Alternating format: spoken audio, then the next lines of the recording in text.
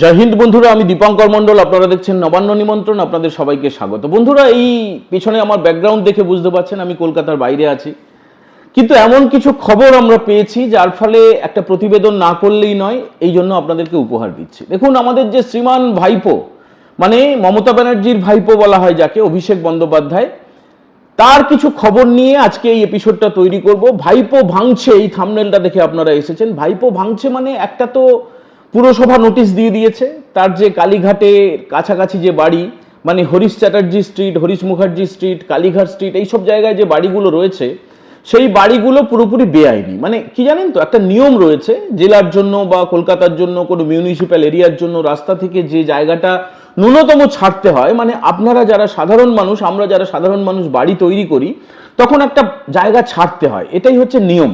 কিন্তু ভাইপো বাবু, যেহেতু তিনি প্রাক্তন মুখ্যমন্ত্রীর ভাইপো, আবার অনেকে বলেন তার রক্তের অন্যরকম সম্পর্ক রয়েছে, তো সেই যে ঔদ্ধত্য, তার যে মূর্খামি, তার যে গুন্ডামি, তার যে নোংরামি, তার ফলে তিনি যা করেছেন যে কোনো রকমের আইনের তোয়াক্কা করেননি। এবং শুধুমাত্র এই দুটো বাড়ি না, দেখুন আমি স্ক্রিনে আপনাদেরকে দেখানোর চেষ্টা করব 42খানা প্রপার্টি। শুভেন্দুবাবু, মানে রাজ্যের মুখ্যমন্ত্রী শুভেন্দু অধিকারী, তিনি তো 24টা প্রপার্টির কথা বলেছিলেন গতকালকে। আমরা আজকে 42টা প্রপার্টির খোঁজ পেয়েছি। এখনো পর্যন্ত সম্ভবত কোনো টেলিভিশন চ্যানেল বা কোনো সংবাদ মাধ্যম এই 42টা বাড়ির হদিশ পায়নি, তবে পেয়ে যাবে, সবাই সবাই পেয়ে যাবে।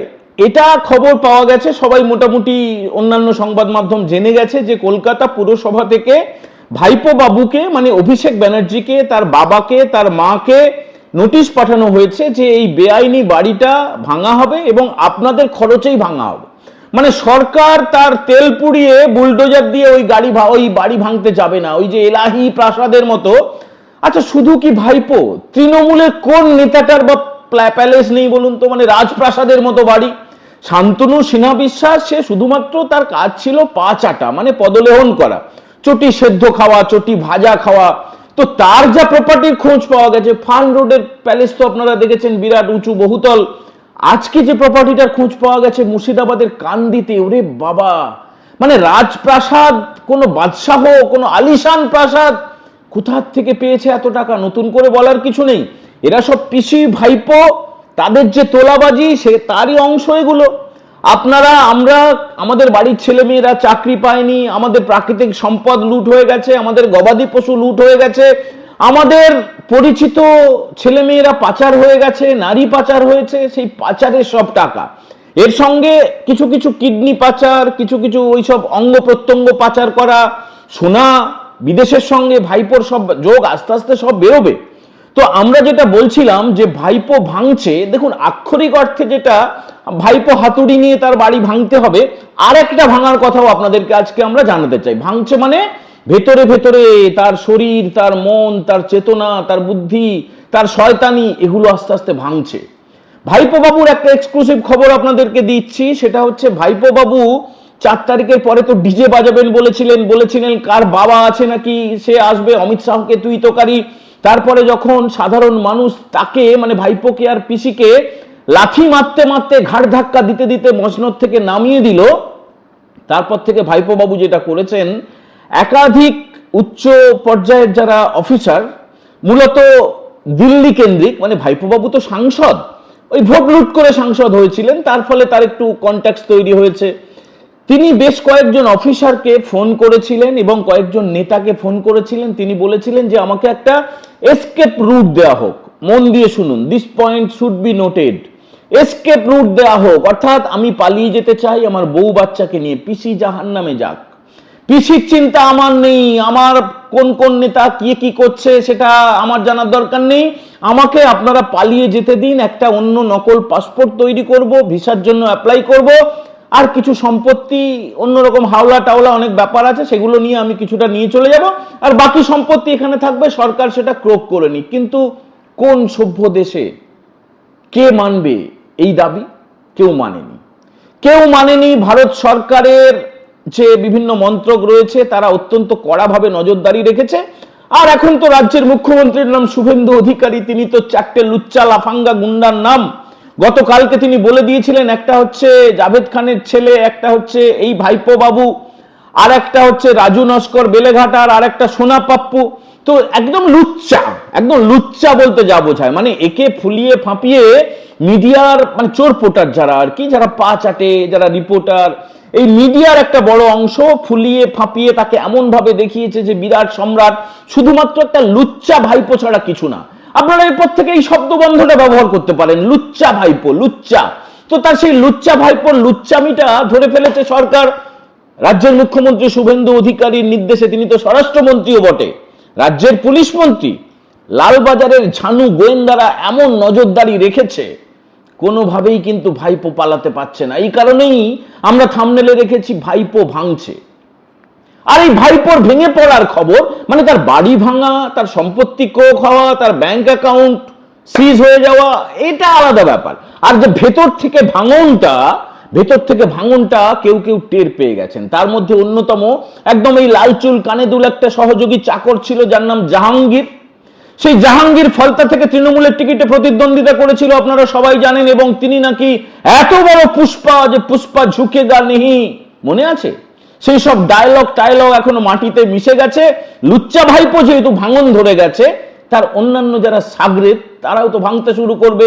এখন জাহাঙ্গীর করেছে কি, প্রকাশ্য বিবৃতি দিয়ে সংবাদ মাধ্যমের সামনে জানিয়েছে যে আমি এই যে ভোট হতে চলেছে 21 তারিখে, মানে পুনর্নির্বাচন যেটা হতে চলেছে 21 তারিখে, মানে আগামী পরশুদিন, যেখানে রাজ্যের মুখ্যমন্ত্রী শুভেন্দু অধিকারী আগেও গিয়ে একটা সভা করে এসেছেন, এবং আজকে যখন কিলোমিটারের পর কিলোমিটার তিনি পদযাত্রা করছেন, তিনি রোড শো করছেন, তখন অগুন্তি মানুষের ভিড়ের মধ্যে শঙ্খধ্বনি শোনা যাচ্ছে, উলুধ্বনি শোনা যাচ্ছে, চোখে জল পড়ছে, সবাই বলছেন এটা আনন্দাশ্রু, পুষ্প বৃষ্টি হচ্ছে শুভেন্দু বাবুর ওপরে।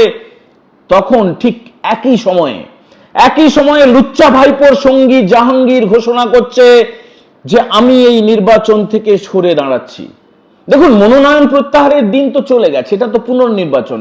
ইভিএম এ তৃণমূলের প্রতীক থাকবে, নোটা থাকবে, অন্যান্য প্রার্থীর ছবি থাকবে, প্রতীক থাকবে, সব থাকবে, ভোটের নিয়মে ভোট হবে। কিন্তু এটার মানেটা কি?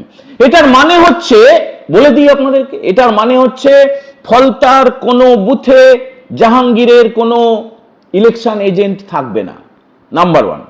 নাম্বার 2 হচ্ছে কাউন্টিং এর সময়, মানে যখন গণনা হবে, তখন জাহাঙ্গীর বা তার কোনো মনোনীত এজেন্ট কাউন্টিং এজেন্ট হিসেবে থাকবে না। আরেকটা কথা শুনুন, জাহাঙ্গীর তার ঘনিষ্ঠদের কাছে বলেছে, তাকে যখন জিজ্ঞেস করা হয়েছিল যে কি ব্যাপার এই ভোটে সরে দাঁড়ানো মানে কি, এই ইভিএম এ তো তোমার ছবি থাকবে, তোমার প্রতীক থাকবে, তোমার নাম থাকবে। জাহাঙ্গীর বলেছে আমি আমার নিজের ভোটটুকু পর্যন্ত দিতে বুথে যাব না। মানে কি অবস্থাটা বুঝতে পারছেন? এই জাহাঙ্গীর যে বলেছিল ঝুঁকেগা নেহি, সে বলছে আমি নিজে ভোট দিতে যাব না। এতটা অধঃপতন কেন হলো? এখন এই কেন নিয়ে আপনাদেরকে ভাবতে হবে।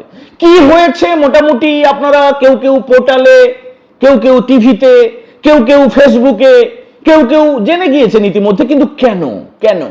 আসল কারণটা হচ্ছে এরা অপেক্ষা করছিল যে তাদের যে লুচ্চা ভাইপো রয়েছে, যে লুচ্চা ভাইপোর দিকে তাকিয়ে তারা হাঁ করে বসে থাকে তার নির্দেশের জন্য, সেই লুচ্চা ভাইপো যখন ভাঙতে শুরু করেছে, ভাঙন শুরু হয়েছে তার ঘরের মধ্যে, তার মনের মধ্যে, তার অন্দরের মধ্যে, তখন আর সবাই কি করে দাঁড়িয়ে থাকবে? আপনাদেরকে আমরা বারবার বলেছিলাম, আগের একটা এপিসোড মনে করে একটু স্ক্রল করে দেখুন, যে বুলডোজার যাচ্ছে ভাইপোর বাড়ির দিকে, সময়ের অপেক্ষা লেগে গেল। তো ভাইপোর বাড়ি একদিকে ভাঙা হচ্ছে, ভাইপোর মন আরেকদিকে ভাঙছে। ভাইপো এখন অসহায় হয়ে আছে। এখনো পর্যন্ত ওই যে বাড়িটার ছবি আপনাদেরকে দেখাচ্ছি, শান্তিনিকেতন বিল্ডিং, যেটা ইললিগাল বিল্ডিং, বেআইনি ভাবে তৈরি করা, উদ্ধত্তের একটা বহিঃপ্রকাশ, অহংকারের একটা নিশান, সেই বাড়ির মধ্যেই ভাইপো রয়েছে। এবং সিসি ক্যামেরায় সব অসহায় ভাবে দেখছে যে তার বাড়ির সামনে এসে প্রায় মুক্ত শৌচালয় হয়ে গিয়েছে। সেখানে কেউ বাথরুম করছে, কেউ ছবি তুলছে, কেউ গালাগালি করছে, কেউ থুতু ফেলছে।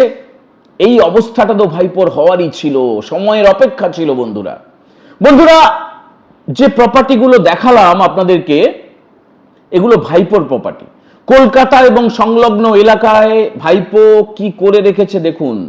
এর বাইরে কি আর কোনো তাহলে প্রপার্টি নেই? আছে, তার তালিকাও জোগাড় হচ্ছে। আমরাও যদি পাই আপনাদেরকে নিশ্চয়ই জানাবো। এই লুচ্চা ভাইপোর যে দীর্ঘদিনের লুচ্চামিটা, আপনাদের কেমন লাগলো আপনারা কমেন্ট করে জানাবেন। ভালো লাগলে বন্ধুদের সঙ্গে শেয়ার করতে ভুলবেন না। যারা প্রথমবার দেখছেন দয়া করে নবান্ন নিমন্ত্রণ চ্যানেলটা একটু সাবস্ক্রাইব করে দেবেন।